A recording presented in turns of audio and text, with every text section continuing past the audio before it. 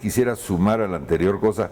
Vamos a llamar a este radio con 5.000 patas alrededor prensa regional, o le vamos a decir prensa parroquial, porque también hay este peligro, terminar diciendo, es chiquito pero es mío y seguramente es muy bueno. No, eso no va muy lejos. En cuanto al dato ético, yo no sé, habría que hacer la encuesta caso por caso. Yo tengo la sensación que al final los que impactan más en la opinión y los que llegan a la prensa nacional siempre son los individuos más inescrupulosos, ¿no es cierto?, en nuestro negocio, ¿no es cierto? Entonces estos ambos que son medio cacique, medio narco, distribuidor Volvo y Honda, ¿no?, dueño de la radio, de la televisión y que hace lo que quiere. Es verdad que hay eso hay mucho.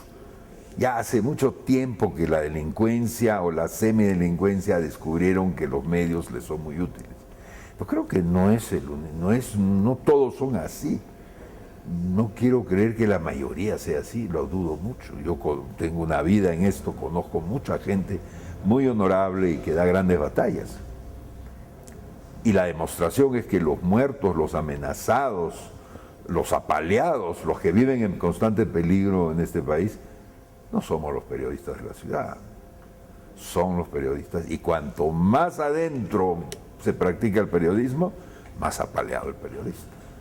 Ahora, por ejemplo, en este ánimo de buscar noticias y candidatos, a veces la prensa le hace favores tal vez a quienes no deberían. Por ejemplo, un caso, Luis Cáceres Velázquez, hace unos meses declaraba, exalcalde de declaraba que era un ladrón honrado, o sea, robaba y hacía, ¿no?, y cobraba, era el que menos cobraba de todos, y declaraba que pues abiertamente que robaba. Y las encuestas últimas que han salido, pues está entre los primeros en intención de voto. Entonces la prensa esto lo refleja y da la impresión de que siguiera poniéndolo, ¿no?, en la vitrina. Bueno, sí, son unas paradojas. Un ladrón honrado suena como una puta casta, ¿no es cierto? Esa es más o menos la figura. Lo que pasa es que nosotros nos movemos y nos hemos venido moviendo con esta idea de que la corrupción es un asunto de personas. Corrupción no es un asunto de personas, es un asunto de estructuras sociales, es un asunto de usos culturales, es un asunto de cómo están organizadas las cosas. Entonces, efectivamente, el 20, 30, 15, no sé, el porcentaje que tiene un candidato conocido universalmente por corrupto, ¿no es cierto?, está compuesto de gente que comparte las estructuras de la corrupción. No nos engañemos, el 30% que apoya a un candidato corrupto es corrupto. Pasa que nos cuesta pensar que la corrupción se puede dar en grandes números, ¿no es cierto?, o que gente pobre pueda ser corrupta. Gente pobre sí puede ser corrupta. No se necesita ser un millonario para robarse una cucharita, ¿no es cierto? Y entonces esta situación se está dando en todo el Perú y tiene que ver con cosas muy estructurales. Cuando nosotros decimos 62% de informales en la economía, 62% de la economía informal, claro que estamos diciendo también gente que no consigue chamba, que no le queda otra. Pero también estamos diciendo gente que no paga sus impuestos, que no le interesan las leyes, que se chifla en los arbitrios. Esos señores son practicantes de la corrupción y son muchos. Y de pronto, si nos descuidamos en algunos aspectos, ni siquiera hay que decir son muchos, somos muchos, ¿no es cierto? De pronto hay cosas que a nosotros no nos parecen tan horribles y que las hacemos porque pasan piola y que al otro le parece una corrupción espantosa. Lo mismo nos pasa a nosotros con el prójimo. Entonces yo creo que eso es muy importante, el tipo de leyes que se necesitan, el tipo de actitud. no sé si haya sitio para meterlo, pero es interesante la Constitución de los Estados Unidos tiene una serie de cláusulas clarísimas que están puestas ahí expresamente para que el presidente de la República no robe.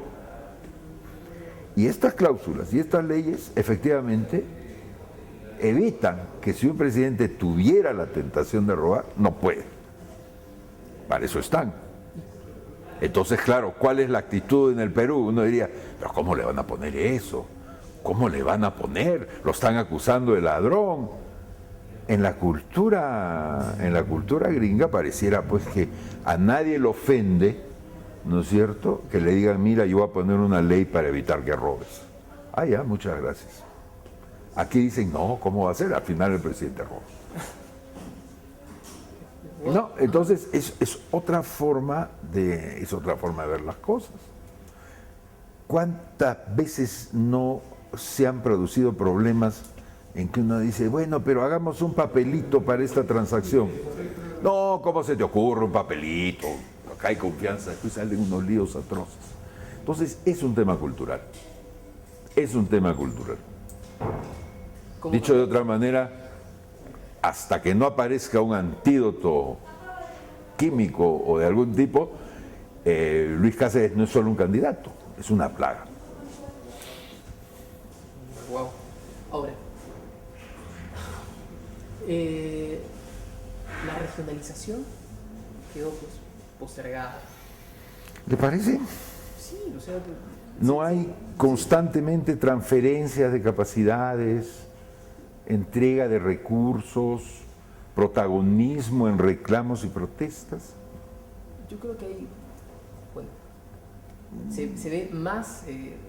Quizá es una visión de Lima y claro, la suya de fuera, pero asumamos como premisa que esté pasmado o que podría ir más rápido. Claro, por ejemplo, ¿de qué se quejan los gobernantes, ¿no? Es que, bueno, efectivamente hay transferencia de competencias, pero sin una contrapartida. Se quejan básicamente Bueno, sí, eso es un problema y deberían darles más, pero Lima se queja de que cuando las papas empiezan a quemar, los gobiernos regionales simplemente no están ahí. ¿Cuál ha sido el papel del gobierno regional en Bagua? ¿No es cierto? ¿Qué hace el gobierno regional frente a los desbordes y los problemas del Cusco?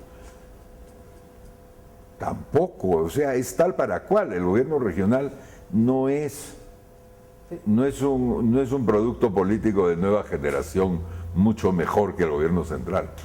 Es su hijo querido y son igualitos. Pero es decir, la regionalización, ¿usted la ve encaminada? ¿Sí?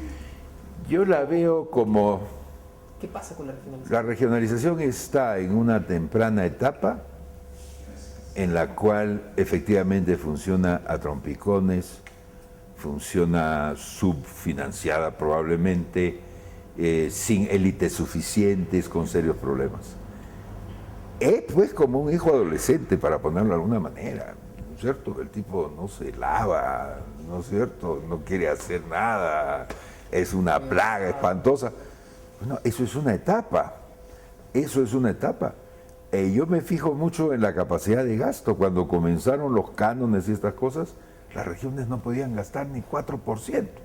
Hoy día gastan más de 50, 56, algunas gastan más. Yo creo que la regionalización es un proceso de aprendizaje. Creo que se está aprendiendo en la mayoría de las regiones y que cada vez más los políticos regionales ya no les interesa la política nacional como un horizonte, ¿no? Y los espacios de política y de administración y de gestión regional se han vuelto lugares interesantes para sus protagonistas. Y es decir, para un despegue de la prensa regional, ¿tiene que estar acompañado a su vez de un despegue de las regiones o no es necesario? No es necesario. Esa es la parte bonita, así como hay varias feas en la globalización. La parte bonita de la globalización es que uno no tiene por qué estar amarrado a la tierra. Si los campesinos ya no están amarrados a la tierra, ¿por qué los periodistas tienen que estar amarrados a la tierra? Eso, no tiene ningún sentido. Yo sé que es una primera ventaja comparativa y competitiva, ¿no es cierto? Que hacer más regionalismo supone que uno tiene acceso a noticias que los demás no tienen, y entonces... Pero uno debería fijarse si los demás les interesan esas noticias realmente.